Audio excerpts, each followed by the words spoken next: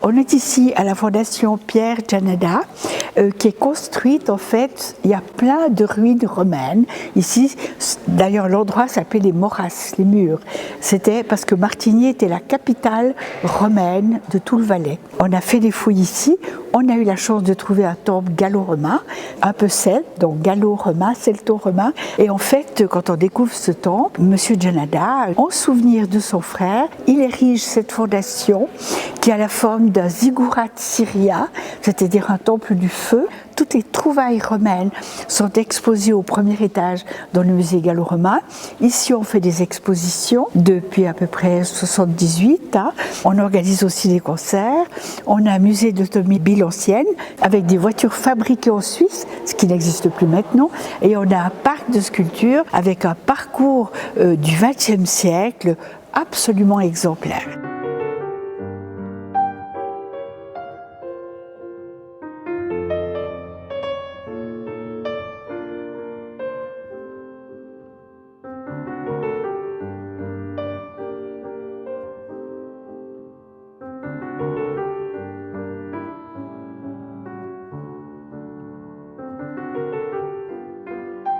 Nous sommes ici à la Fondation Pierre Gianada, à Martigny, en Suisse, où a ouvert le 12 décembre l'exposition de Manet à Kelly, L'art de l'empreinte, qui présente les collections de l'Institut national d'histoire de l'art de Paris. Je suis Victor Claes, commissaire de cette exposition, avec Eléa Sicre, qui travaille à la bibliothèque de l'Institut national d'histoire de l'art.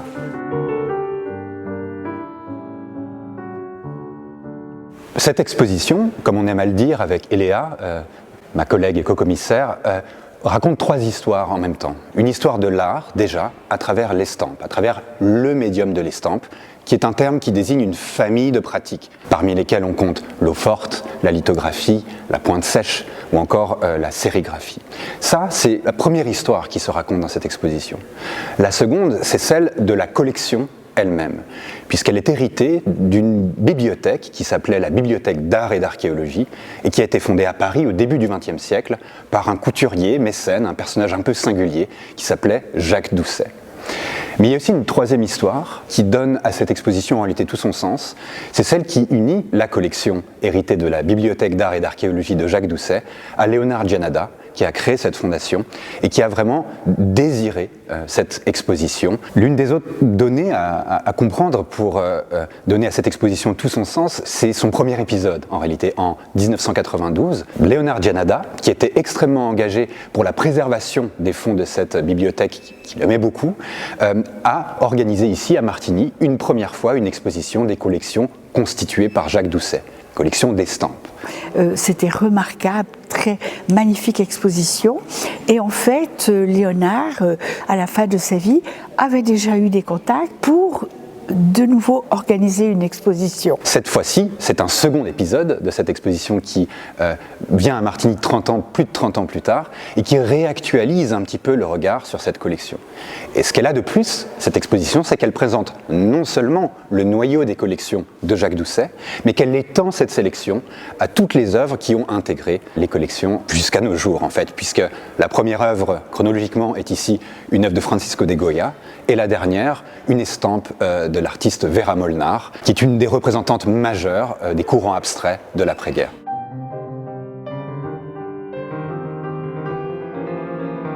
On se trouve ici dans la première section de l'exposition qui est un prologue et qui pose un peu les bases de cette histoire institutionnelle qui est celle de la Bibliothèque d'art et d'archéologie. Elle a donc été fondée par Jacques Doucet, qui est un personnage autour duquel cette section se déploie, avec ce portrait curieux où il figure en robe de chambre, un peu dans ses excentricités. Qui est ce Jacques Doucet ? C'est un couturier, c'est un collectionneur d'art, c'est un mécène également, qui au-delà de son activité pour sa maison de haute couture et sa confection de robes pour une clientèle fortunée autour de 1900, se prend de passion pour les arts et pour l'histoire de l'art. Ce que fait Jacques Doucet au début du XXe siècle, dès les années 1906, c'est commencer à imaginer une institution nouvelle, une institution qui semblait manquer pour le monde savant de l'époque, une bibliothèque entièrement dédiée à l'histoire de l'art et à l'archéologie.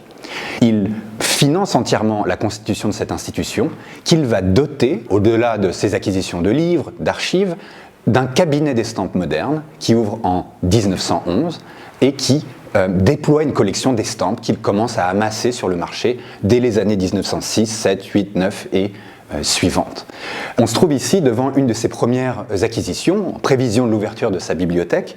C'est la lettre de Marie Cassatt, et si j'en parle, c'est parce qu'elle figurait sur l'affiche et le catalogue de l'exposition organisée ici même à Martigny, à la Fondation Pierre Giannadat en 1992. C'est un peu une œuvre phare, et elle est magnifique. C'est une eau forte, pointe sèche et vernis mou et aquatinte, qui figure ce personnage léchant les rebords d'une lettre, et qui montre tout l'intérêt qu'avait Marie Cassatt pour la gravure en couleur, elle-même très inspirée par les bois gravés japonais qu'elle avait observés à Paris. Autour d'elle, on voit vraiment une sorte de balisage du goût qui était celui de Jacques Doucet à cette époque. Il s'intéresse d'abord au XVIIIe siècle, puis revend sa collection du XVIIIe siècle pour vraiment concentrer son attention sur l'art moderne et l'art des avant-gardes de son temps. On commence avec Goya, ce grand moment de renouveau des pratiques de la gravure et de l'eau forte en particulier, et on termine ce mur par une estampe de Georges Braque qui montre à quel point Doucet, premier acquéreur des Demoiselles d'Avignon de Picasso, a été attentif au développement des avant-gardes de son temps. Entre Cassatt et Georges Braque, Henri Matisse, avec qui Doucet même lie une amitié qui va le conduire à accueillir dans sa bibliothèque et pour ses collections un certain nombre, sinon l'intégralité de son œuvre gravée jusqu'alors.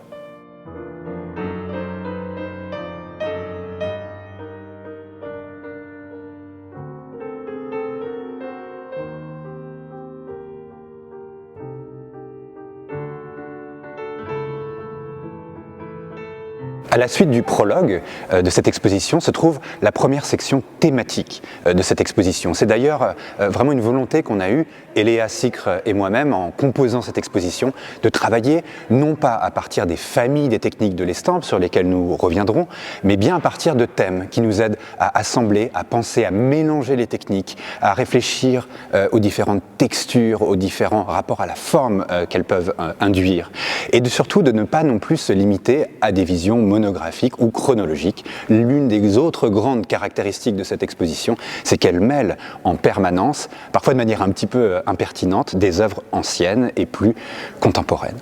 Cette première section thématique donc s'appelle Figures. Et c'était l'idée non pas de rentrer en détail dans les techniques de l'estampe, mais d'essayer de démontrer d'une certaine manière qu'à travers l'histoire, chaque courant artistique, chaque tendance trouve dans un des médiums de l'estampe, que ce soit l'eau forte, la lithographie, la xylographie ou gravure sur bois, des moyens d'expression adaptés à ce que cette tendance veut exprimer.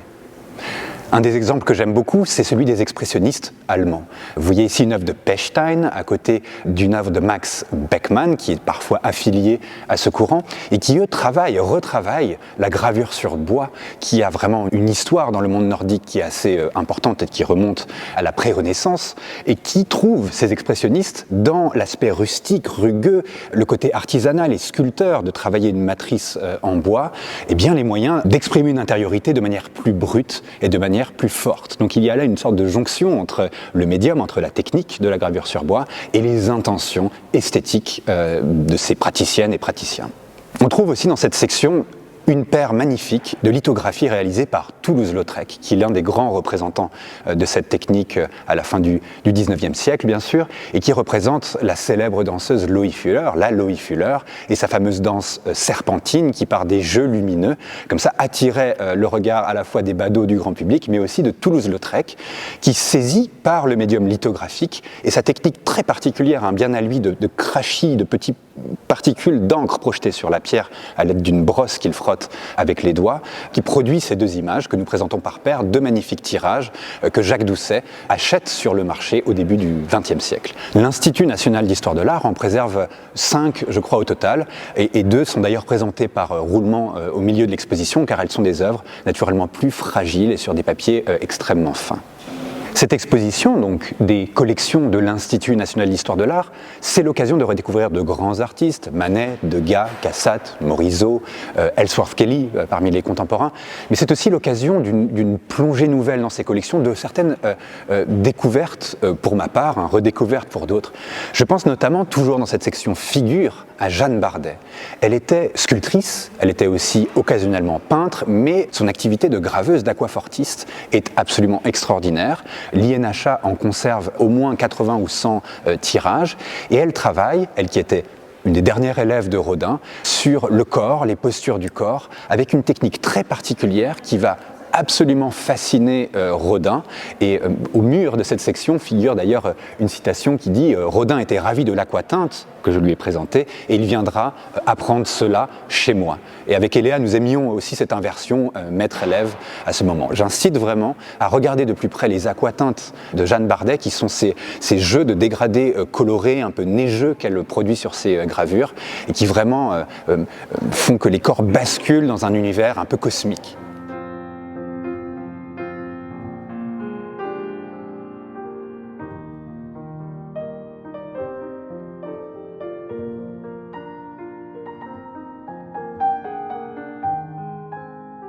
À la suite de la section figure, le chapitre suivant de l'exposition s'appelle « Regard ».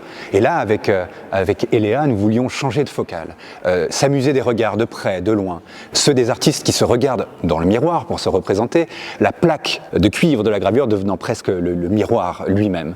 Un autoportrait de Pissarro, une matrice en cuivre de Pissarro des collections de l'INHA figure dans cette section, qui permet un peu aussi de découvrir la cuisine de l'estampe, hein, qui exige un effort quasi physique d'incision dans la plaque de cuivre métallique. En face de cette vitrine, où sont présentés également des collectionneurs en train de regarder des épreuves, cette connaisseuse en train d'admirer un tirage près d'une presse d'atelier de gravure, se trouve une composition qu'on a voulu dynamique, faisant cette espèce d'arc autour des gravures d'Henri Matisse, représentant plusieurs de ces périodes d'activité, avant la guerre, avec les portraits d'Amélie, en bas, en haut, dans un jeu de configuration du corps un peu amusé et amusant.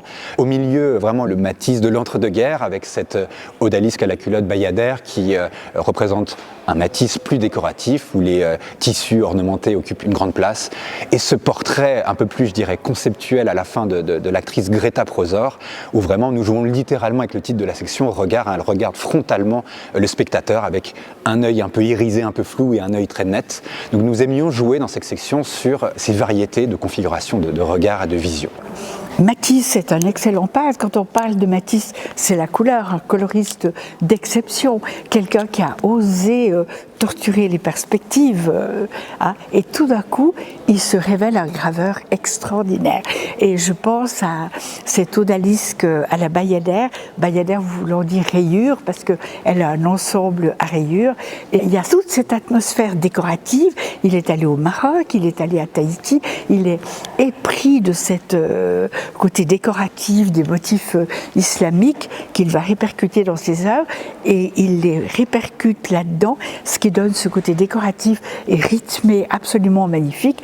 Et alors la ligne de cette femme est superbe, et le noir et blanc, il est presque vivant, il parle presque en couleur, tellement c'est un beau noir et que les contrastes sont absolument magnifiques, et on voit le coup de crayon, le dessinateur excellent qu'est Matisse. Elle se termine, cette section, par un mur qui me fait fondre, enfin qui me tient tout seul, qui associe à la fois Toulouse-Lautrec, Degas et Manet, en ce que ces artistes se sont tous trois intéressés non seulement au monde du spectacle, mais surtout à l'univers des coulisses du spectacle, dont ils arpentent les marges en permanence. Et qu'est-ce que le spectacle dans ce 19e siècle ? Les salles d'opéra, les salles de concert, ce sont des lieux où on passe son temps à voir et être vu, dans des jeux de masquage, dans ces manières de vouloir s'épier entre classes et entre genres. Et donc il y a tout un jeu social de la vision qui est exploré dans la dernière partie de cette section. On trouve Manet, et alors cette gravure de 1877 est extrêmement intéressante parce que en fait, elle montre cette rupture avec l'historicisme. On est maintenant dans la vie, on est dans l'observation de la vie parisienne, des cabarets, on parle le quotidien. Et là, c'est fantastique parce qu'on est dans un cabaret, des personnages, on voit qu'ils sont captivés par ce qu'ils voient, mais nous ne voyons pas le spectacle, et eux sont là à regarder. L'expression du regard, tout est gravé d'une façon absolument magnifique. On sait que Manet est le peintre du noir. C'est le premier qui considère le noir comme une couleur. Donc on imagine que la gravure noir et blanc lui convient tout à fait. Et là, comme il a saisi ces portraits tellement vivants, il y a vraiment l'attention, le côté captivé par le spectacle qui est vraiment très prégnant.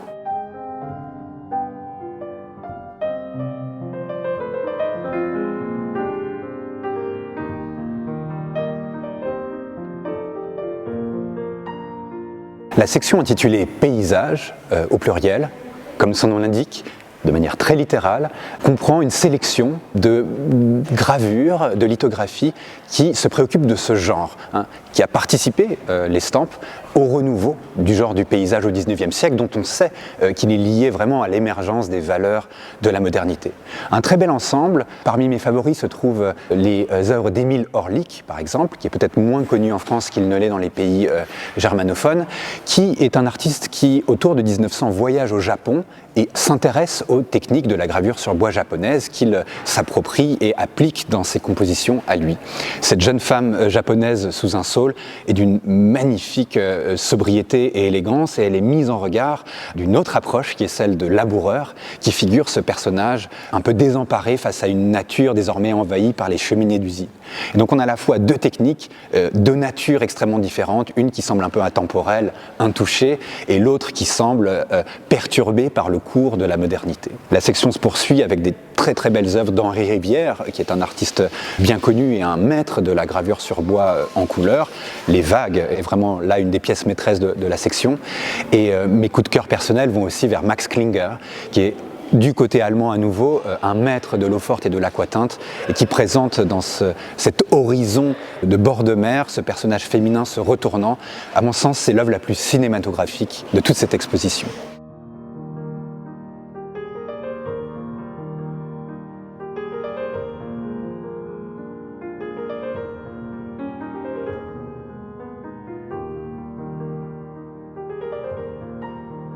La quatrième section occupe une place très particulière dans l'exposition puisqu'elle est absolument centrale dans l'espace de la Fondation Pierre Giannadat. Elle est centrale, et ce qui nous amusait beaucoup avec Eléa, c'est de se dire que finalement la gravure c'est beaucoup de noir et blanc, il faut égayer, il faut de la couleur, il faut mettre beaucoup de couleurs. Eh bien non, nous avons décidé de mettre au centre absolu de cette exposition un aplat noir d'Ellsworth Kelly, grand représentant nord-américain de l'abstraction hard edge, connu pour ses peintures très minimales, très chirurgicales, très nettes, et qui s'est adonné à l'art de la gravure. Cette œuvre d'Ellsworth Kelly, c'est une œuvre en hommage à Stéphane Mallarmé. Il travaille pendant longtemps autour du coup de dé de Mallarmé, et il développe autour de ce texte plusieurs projets graphiques dont est extrait cette planche de la suite Mallarmé, comme il l'appelait. Alors Gauguin a beaucoup fait d'autoportraits, mais pas tellement de portraits. Alors c'est extrêmement intéressant d'avoir une xylographie de Gauguin où il a rendu Mallarmé de profil extrêmement ressemblant, mais avec énormément de caractère. Et puis la gravure sur bois, elle ajoute encore quelque chose de très caractéristique au portrait. Ensuite, nous avons Munch. Il était à Paris et il fait ce portrait, il a pris des esquisses, mais il va le graver en Norvège. D'ailleurs, il faut quand même souligner que Munch est un des premiers qui va faire de la gravure sur bois en Norvège. Il a lancé la mode quelque part. Et alors, il va faire ce portrait de Mallarmé, un peu christique, exceptionnel parce qu'il est totalement agnostique. Et il l'envoie à Mallarmé, et c'est Geneviève, sa fille, Geneviève Mallarmé, qui le reçoit. Et elle dit à son père, on a reçu ton portrait fait par ce peintre norvégien, mais tu as un côté un peu christique. C'est très intéressant cette remarque. Et en plus, c'est tout à fait vrai. C'est intéressant parce que Munch a toujours des sujets tellement dramatiques. Son œuvre, c'est un exorcisme de tout son intérieur, terriblement traumatisé par le deuil, par la folie, etc. Et là, il grave quelqu'un qu'il a bien aimé, qu'il a fréquenté, et c'est un très beau portrait de face, très frontal. Et alors, au milieu, on a l'œuvre de Kelly. Il avait interrompu à cause de la guerre ses études pour être mobilisé. Et ensuite, il vient à Paris et il découvre l'abstraction. Et il est fasciné par l'abstraction. Et alors là, il fait un portrait de Mallarmé, mais complètement abstrait. Il y a juste une espèce d'érosion dans le fond. Toute la couleur est noire, et c'est incroyable d'oser dire, eh ben voilà, c'est Mallarmé. C'est la vision vachimiste de tout un mouvement d'histoire de l'art. Mallarmé, c'est le thème principal de cette section intitulée Hommage, donc, où vraiment là on voulait jouer avec les jeux d'hommage que se rendaient les artistes les uns aux autres. Et puis à droite, un ensemble autour de Berthe Morisot, de lithographie bien connue de Manet, un autoportrait d'elle-même qui était, Berthe Morisot, très proche aussi de Stéphane Mallarmé, qui vraiment est un peu le point nodal de ces sociabilités artistiques du Paris fin de siècle. Munch, Gauguin fréquentaient le salon mallarméen, ils étaient des mardistes, comme on les appelait, qui se retrouvaient le mardi chez Stéphane Mallarmé. Donc cette section, en fait, redessine un peu ces sociabilités artistiques dans le Paris de l'époque et joue avec son rythme aussi sur cette idée de la page, cette idée du désir de la page. Et cette estampe d'Elsworth Kelly, très minimale, peut se lire aussi comme une page caviardée qui sera en train de se tourner avec son rebord blanc en bas. Ensemble, ils écrivent une sorte de page mallarméenne où on explore les formes, que ce soit du langage ou les formes plastiques, voire les formes musicales, puisque la section se termine comme un clin d'œil aussi à Leonard Janada, avec un double portrait de musiciens, Gustave Mahler par Émile Orlik et Maurice Ravel par Achille Ouvray. Un excellent aquafortiste de l'époque. Et là, on a un binôme qui déstructurait à l'époque dans la musique ce que Mallarmé, lui, déstructurait dans la syntaxe du langage de la langue française. Dans ces deux portraits de Ravel et de Gustave Mahler, ce que j'aime beaucoup, c'est que c'est en réalité l'oreille qui est au centre de l'attention. On voit Ravel comme ça rabattre le pavillon, comme s'il cherchait à écouter ce que lui disait la personne en train de le portraiturer, tandis que Gustave Mahler, très digne, on retrouve souvent ce portrait sur les livres biographiques sur Gustave Mahler, a quasiment l'oreille au centre de la composition, il est vu de profil, et cette oreille gravée de manière quasi photographique est vraiment là le cœur de l'attention de Émile Orlik.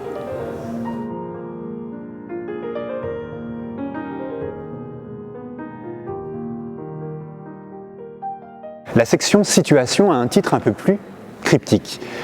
L'idée derrière cette section-là, c'était d'évoquer le tumulte de la ville et l'atmosphère du monde, au contraire, intime. Ces situations que nous saisissons tout d'un coup par le regard lorsque nous déambulons dans la rue ou rejoignons une pièce depuis une autre. Elle s'ouvre, cette section, par un graveur assez extraordinaire qui est Félix Buot, très connu pour ses marges symphoniques. C'est comme ça qu'il les appelait. Ce sont ces bordures d'eau forte dans lesquelles il glissait aux côtés de la scène principale des petites scénettes où il se passe des choses plus ou moins drôles, plus ou moins dramatiques. Un cheval au sol, des passants en train de déambuler.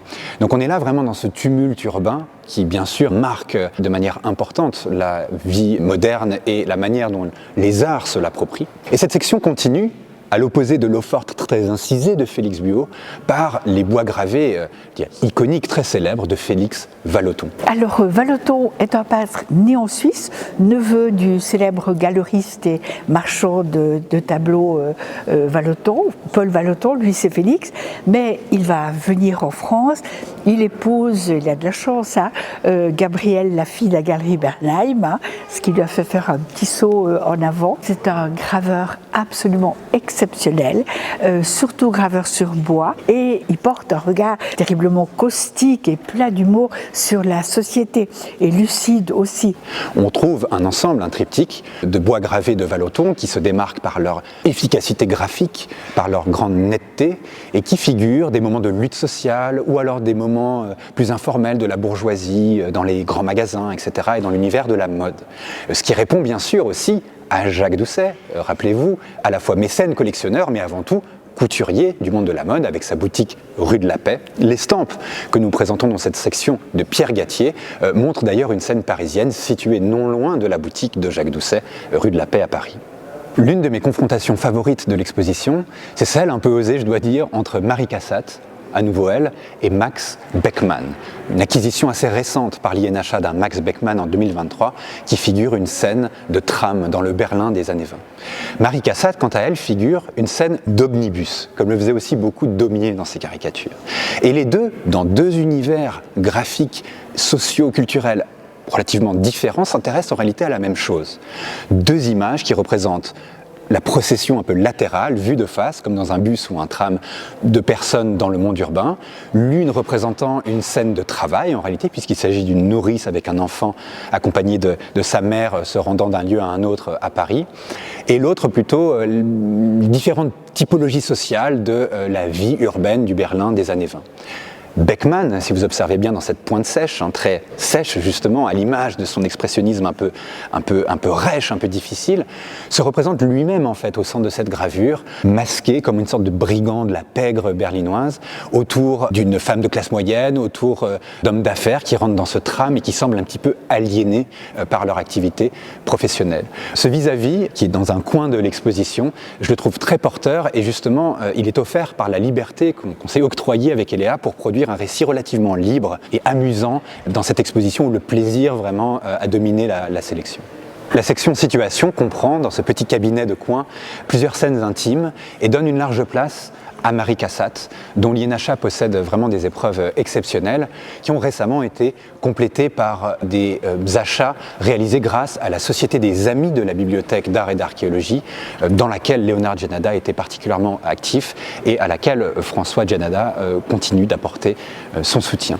Un ensemble de Marie Cassatt qui montre aussi les états préparatoires et définitifs d'une scène de mère et enfant, entourée d'un triptyque de Vuillard, qui est un peu un must des expositions d'estampes, qui sont ces magnifiques albums édités par la galerie Vollard. Et enfin, une dernière scène de Marie Cassatt qui figure cette femme dans un intérieur devant une lampe et qui sert à la fois de face aux piles à l'œuvre qui suit de l'autre côté du mur. Une toute autre section qui, là, au contraire, va nous plonger dans la rudesse de la vie ouvrière au XIXe et XXe siècle.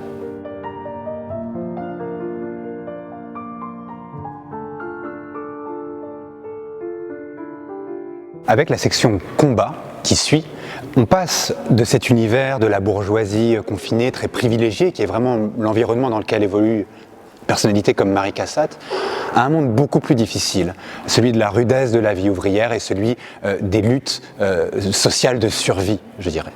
Cette section présente Kollwitz, j'y reviendrai, mais avant elle, un artiste comme Vincent van Gogh, qui misait beaucoup sur l'estampe, qu'il pratique occasionnellement pour diffuser ses images, pour rendre son art plus accessible et pour que sa pratique artistique puisse accompagner un peu ses utopies sociales à lui. Van Gogh, Millet, qui a aussi gravé dans ce cœur du XIXe siècle le naturaliste qui s'intéresse à la vie paysanne et qui constituent ensemble un mur absolument cohérent d'images et de motifs. Van Gogh, c'est un immense coloriste comme Gauguin, précurseur du fauvisme bien sûr, et c'est étonnant de voir tout d'un coup du noir et du blanc chez Van Gogh. Il nous montre ici un homme bêchant qui doit souffrir. La gravure elle-même est tout à fait intéressante et elle rappelle Millet, et c'est important.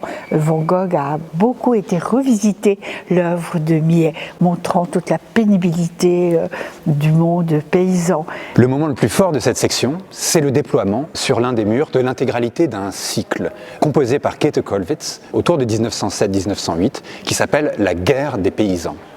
Ce cycle, il est composé de 7 planches qui constituent ce qu'on appelle parfois un portfolio et qui fait vraiment partie de la culture de l'estampe. Pensez à un album avec une suite cohérente de planches. Dans ce cycle, Käthe Kollwitz raconte la difficulté de la vie paysanne. Elle s'inspire des luttes paysannes du XVIe siècle, mais en réalité, elle en actualise les enjeux. La rudesse de la vie paysanne, le meurtre d'une femme représentée de manière très très crue et très violente, l'armement des paysans et la préparation de leur révolte à l'encontre des classes dominantes, disons, la lutte, puis la mort et la répression, avec ces paysans finalement faits prisonniers et prisonnières. C'est la dernière planche du cycle, vraiment qui s'achève dans la noirceur absolue. Mais toujours chez Kollwitz, même quand les gens sont abattus, on sent quand même la possibilité d'une rébellion et d'une dignité à l'arrière, et ça, c'est extrêmement fort. Il faut regarder de près ses œuvres, il faut regarder à quel point elle multiplie les jeux de texture et de matière en frottant et en grattant, les plaques de cuivre, en incisant, en utilisant des roulettes qui font ces espèces de pointillés à travers les feuilles. C'est comme si cette rudesse de la vie sociale en fait se retrouvait dans la technique même de l'estampe. En face du cycle de Kollwitz, c'est pour un manécien comme moi, un admirateur de Manet comme moi, un grand plaisir de pouvoir montrer ses œuvres graphiques parmi les plus belles, et surtout le clou du spectacle, au milieu de cette simèse, une matrice en cuivre gravée de Manet, celle du torero mort, ce motif bien connu, son impression, donc inversée, juste en dessus, et juste à sa droite, la reprise de ce motif du torero mort, cette fois-ci transposée dans une scène de la Commune de Paris, dont Manet a été le témoin, et qui figure donc un soldat de la garde nationale fusillé au sol, je crois, devant l'église de la Madeleine. Et là, en fait, il y a tout qui se dessine. À la fois l'histoire de l'art, Manet empruntant à Goya, reprenant son propre motif d'une peinture découpée pour une gravure qu'il imprime à l'inverse, qu'il reprend plus tard à nouveau inversé. Enfin, l'histoire de l'art, c'est ça. C'est des répétitions, des réitérations, des souvenirs. Et en même temps, ça se joue dans la technique de l'estampe de manière très matérielle, puisqu'on peut observer dans cette plaque de cuivre vraiment les traits incisés par Manet, avec l'aide peut-être parfois de son ami Félix Bracquemond. C'est d'autant plus intéressant que Manet, disait Mallarmé, il peint comme on se jette à l'eau. Il n'esquisse rien, il peint directement sur sa toile, dans la légende en tout cas.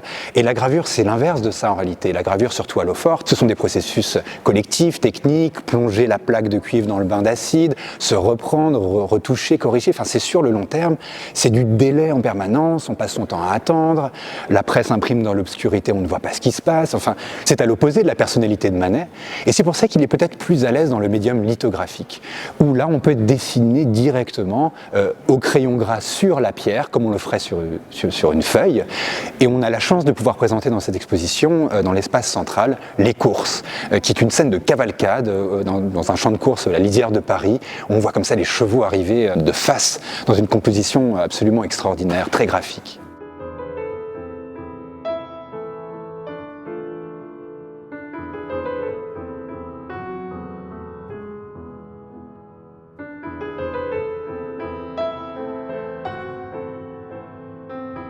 Le chapitre Vision plonge tout d'un coup dans un univers onirique. Après ces discours sur la misère et la mort, c'est une sorte de renaissance. On y trouve des œuvres qui ont un rapport au sacré de près ou de loin. Je pense notamment à Alice Bailly, cette artiste suisse formidable, un peu du courant primitiviste, qui a une pratique de la gravure sur bois en couleur très passionnante, qui nous fait extrêmement plaisir de montrer, et qui dit aussi à quel point Jacques Doucet et sa bibliothèque avaient une attention particulière pour les écoles étrangères. Ce qui est très intéressant d'ailleurs, c'est que c'est une politique à l'époque d'acquisition qui est particulièrement inclusive, du point de vue des écoles étrangères, du point de vue du genre. Il y a beaucoup d'artistes femmes qui sont représentées dans ces collections, où dominent quand même les créateurs masculins, mais il y a une attention égalitaire sur la qualité des gravures produites. Et Jacques Doucet, comme Noël Clément-Janin, soutiennent beaucoup les jeunes artistes femmes de toute l'Europe. On trouve dans cette section, l'œuvre qui donne à cette exposition son affiche, c'est la Madone d'Edvard Munch. Œuvre magistrale d'une grande force immédiate, qui saisit par son ambiguïté, son jeu sur la Madone justement et cette iconographie de la Vierge, et en même temps la représentation, il faut le dire, frontale d'un orgasme ou d'un acte sexuel entouré par ces formes qui rappellent des spermatozoïdes autour du cadre, une figure fœtale. Enfin c'est quelque chose d'assez perturbant, d'assez ambigu et curieux entre le désir, l'abandon, la captivité. En tout cas cette image est d'une grande force, et Munch lui-même, qui la décline d'une peinture, en réalise de nombreuses versions dès la fin des années 1890 et jusqu'au début du XXe siècle. C'est à l'époque, je pense, un de ses best-sellers lithographiés. L'exemplaire qui est conservé à l'INHA est très particulier par la qualité de son tirage, par ses couleurs et par la qualité de son papier. Plus tard, dans cette section, on se retrouve vraiment dans l'univers du songe et du cauchemar tel qu'il peut être défini par un artiste comme Goya, qu'on retrouve à plusieurs reprises ici. Cette reine du cirque en équilibre sur un fil à dos de cheval, cette chute de taureau qui semble complètement absurde et qui est dérivée de ces disparates que Goya compose au début du XIXe siècle, mise en regard d'œuvres d'air culturel et de chronologie différentes, comme celle de Max Klinger, qui est un extraordinaire graveur du monde germanique, avec une maîtrise de l'eau forte et de l'aquatinte qui me fascine encore à chaque nouvelle rencontre, et qui figure par exemple un cavalier tombé dans des conditions inexplicables, dans une œuvre qui discute un petit peu de la lutte contre les forces de la nature ou de la fatalité du destin. Au milieu, une tache rose de cette section, c'est une œuvre de Paul Klee, récemment redécouverte dans les collections de l'INHA, et qui joue, comme Klinger à sa droite et Goya à sa gauche, autour de ces notions d'équilibre et de déséquilibre. Coup de cœur et découverte plus tard dans cette section avec Eugène Viala, qui est un graveur aveyronnais auquel Noël Clément-Janin, qui travaillait avec Jacques Doucet à la constitution des collections de la Bibliothèque d'art et d'archéologie, a porté vraiment une passion, une intention particulière.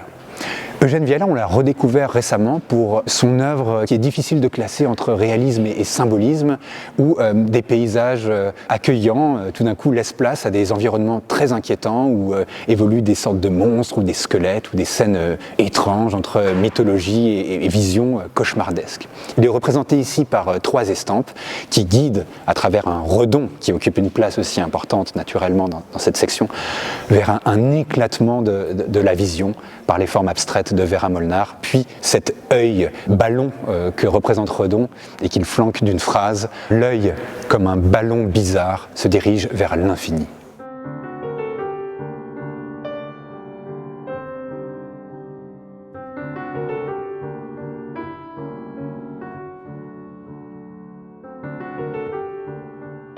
Notre objectif dans cette exposition n'était pas de plonger immédiatement les visiteurs dans les méandres de la complexité de la cuisine qu'est l'art de l'estampe. On a des degrés de connaissance dans l'estampe qui peuvent être extrêmement sophistiqués et difficiles à concevoir, surtout quand on ne la pratique pas. Cela aide beaucoup de voir comment fonctionne un écran de sérigraphie pour se dire finalement c'est relativement simple, mais d'extérieur c'est toujours quand même difficile. Nous, ce qu'on voulait d'abord, c'est sensibiliser aux variétés des textures, des rendus, des formes, de l'évanescent au net, du flou à l'irisé, davantage que de dire là on incise avec tel outil, ou là ça fonctionne ainsi ou comme cela. Tout cela est thématisé en fait plus tard dans le récit, dans ce couloir, qui s'appelle justement Cuisine, sous-titré Les techniques de l'estampe. L'idée, c'était de présenter une définition brève et relativement simple de chacune des techniques représentées dans l'exposition, accompagnée à chaque fois d'une œuvre, mais d'une œuvre de qualité muséale qui pourrait en quelque sorte l'illustrer. On retrouve donc dans ce couloir des explications autour de la pointe sèche, l'eau forte, l'aquatinte à travers Jeanne Bardet, à nouveau elle, parce qu'elle la maîtrise très bien, ce procédé de l'aquatinte, la lithographie avec Toulouse-Lautrec, qui est son grand représentant, ou encore la sérigraphie avec Vera Molnar. Et enfin, avant d'atteindre le musée de l'automobile, qui fait partie de la fondation Pierre Giannadat, on se retrouve dans la dernière section de l'exposition. Nous introduisions avec un prologue, et bien sûr, la conclusion de l'exposition est un épilogue. Il est sous-titré « Au fil d'une collection ». Notre idée avec Eléa Sicre, c'était là de mettre en regard des acquisitions historiques de Jacques Doucet pour la Bibliothèque d'art et d'archéologie, avec des acquisitions récentes de l'Institut national d'histoire de l'art, qui a hérité et préserve aujourd'hui ses collections. Même si les sauts chronologiques ont lieu dans l'intégralité du parcours, nous sommes là plus systématiques dans ces confrontations. Nous montrons par exemple 2 gravures de fleurs absolument extraordinaires de Edna Boyce Hopkins, qui est une artiste nord-américaine à laquelle Clément-Janin et Jacques Doucet s'étaient beaucoup intéressés. Ce sont vraiment des œuvres extrêmement délicates et absolument magnifiques.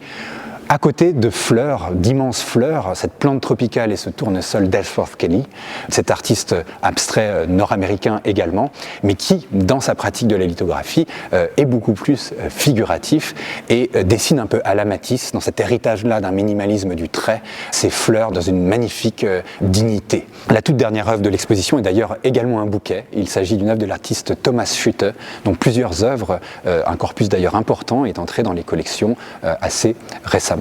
Enfin, 2 magistraux portraits de chants de Joan Mitchell, entre abstraction et figuration, se trouvent là. Ce sont des entrées récentes dans les collections de l'INHA. Et ils sont mis en regard, ces traits de grand format, avec des formats plus modestes de Zhao Wuqi, qui représentent de son trait sec aussi des paysages de rêve imaginaires. Dans l'espace central de la Fondation Pierre Giannadat, Eléa et moi avons voulu composer une sorte de manifeste sans mots de l'estampe.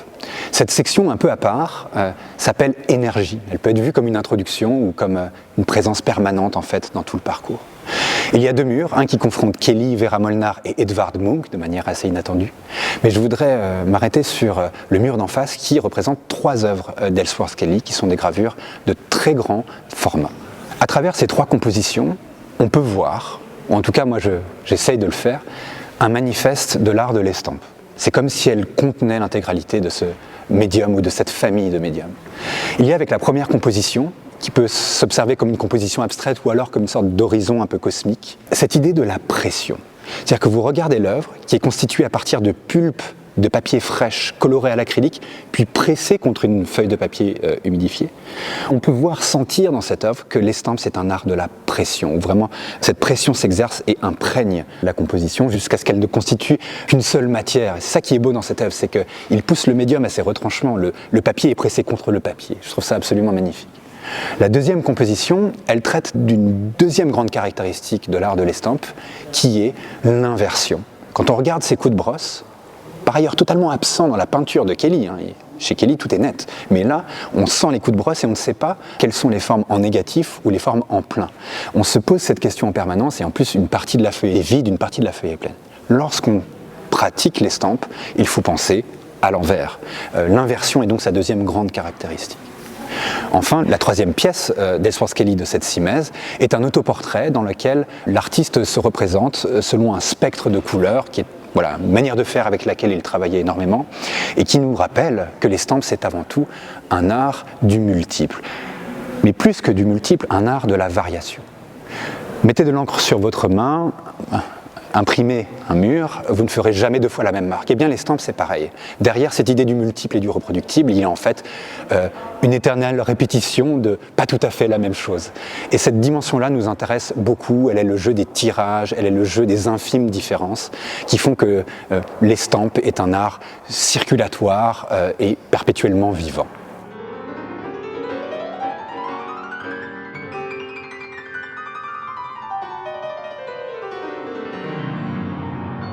L'exposition de Manet à Kelly se termine le 14 juin 2026, mais bien sûr on peut prolonger le voyage par un catalogue très copieux. On a eu vraiment carte blanche avec la Fondation, c'était formidable de travailler avec eux. Et ce catalogue il parle pour l'intense phase de recherche fondamentale qui a été à l'origine de ce projet. Chaque provenance est documentée, ce catalogue fera, posera, j'espère, un jalon sur l'histoire de la Bibliothèque d'art et d'archéologie, mais surtout aussi pose les fondements de ce que sera la politique d'acquisition de l'INHA demain. C'est en tout cas pour l'Institut national d'histoire de l'art un moment d'autoreprésentation rêvé dans cet espace si magnifique et nous sommes bien sûr très heureux de poursuivre l'amitié qui existe depuis plus d'une trentaine d'années entre ces deux institutions.